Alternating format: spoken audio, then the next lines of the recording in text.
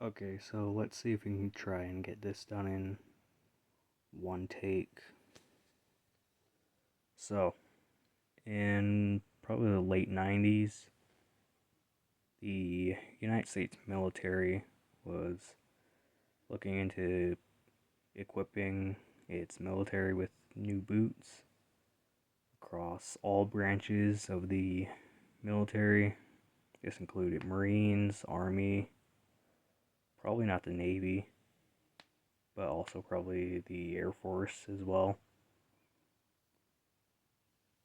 Because most of these standard issue boots, in which standard issue boots are going to be the same regardless, but the standard issue were the desert jungle boots with Panama type direct molded soles, and also the black leather combat boot speed laces with direct molded soles. So the United States government, specifically the DoD, Department of Defense, start contracting different contractors, and first that came out was the ICB, or the Infantry Combat Boot. These first boots were black leather because they came out in the late 90s when all the branches were still using BDUs and woodland camo. So the boots would have been black smooth leather, black nylon canvas, and this lace-to-toe pattern, speed laces, rolled collar, pull tab, and depending on the manufacturer, they would have had a sort of direct molded sole that was only went to probably about where that tread pattern starts. So just right about there is where that direct molding of the sole would stop, and then they would have this polyurethane wedge with any assortment of Vibram sole on them. So it'd either be this Kletter Lift Vibram sole, a Vibram Sierra, or a Vibram 360.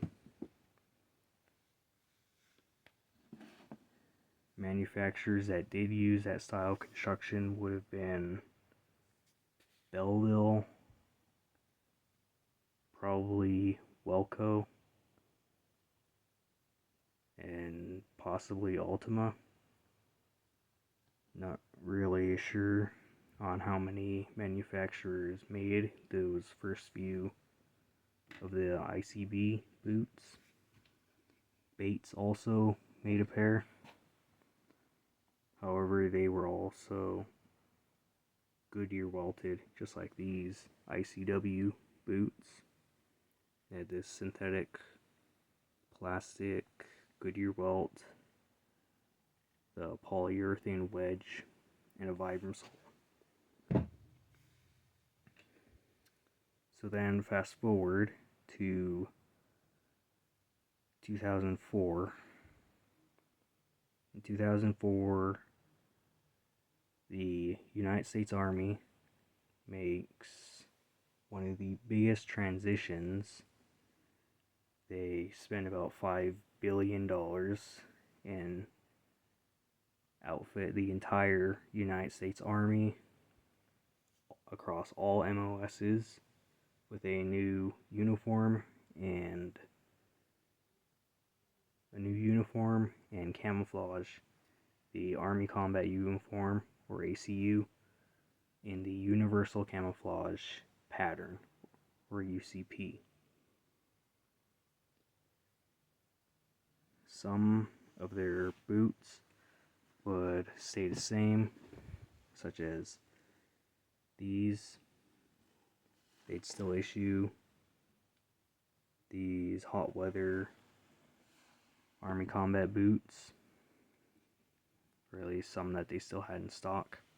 They would also bring in newer models that were just like what I talked before, where the direct molding sole would stop right about where that heel starts, and then they'd have a polyurethane wedge with a skin sole on it.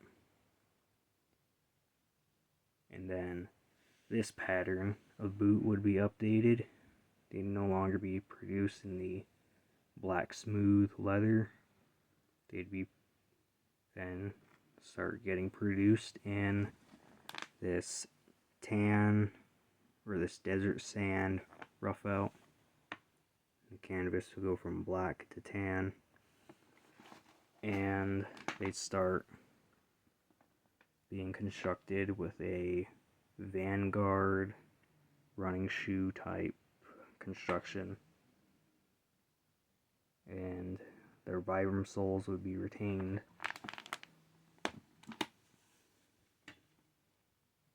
The contractors for these types of boots would be Belleville, Bates, Ultima, Welco, and McRae. These boots would then start production in about 2004, 2005, and they would be then redesignated from Infantry Combat Boot, ICB, to Army Combat Boot Temperate Weather, or ACBTW. And that was because they also had Gore-Tex lining, which is something that the other boots that I showcased don't have.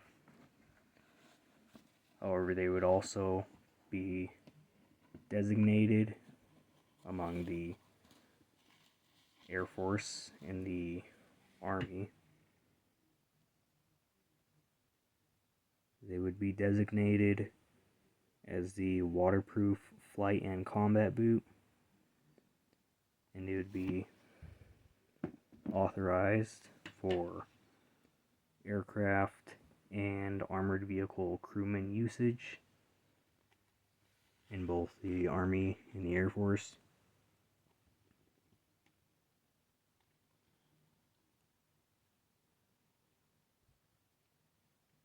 This pattern of boot is still mainly in production. And adopted by the United States Army and the United States Air Force for use. However, they are now being produced in this coyote brown. The desert sand color is no longer authorized since the Army fully did away with the ACUs and UCP camouflage and switched over to the OCP, or Operational Camouflage Uniform, which is multicam. And current manufacturers are Belleville, Ultima, and McRae.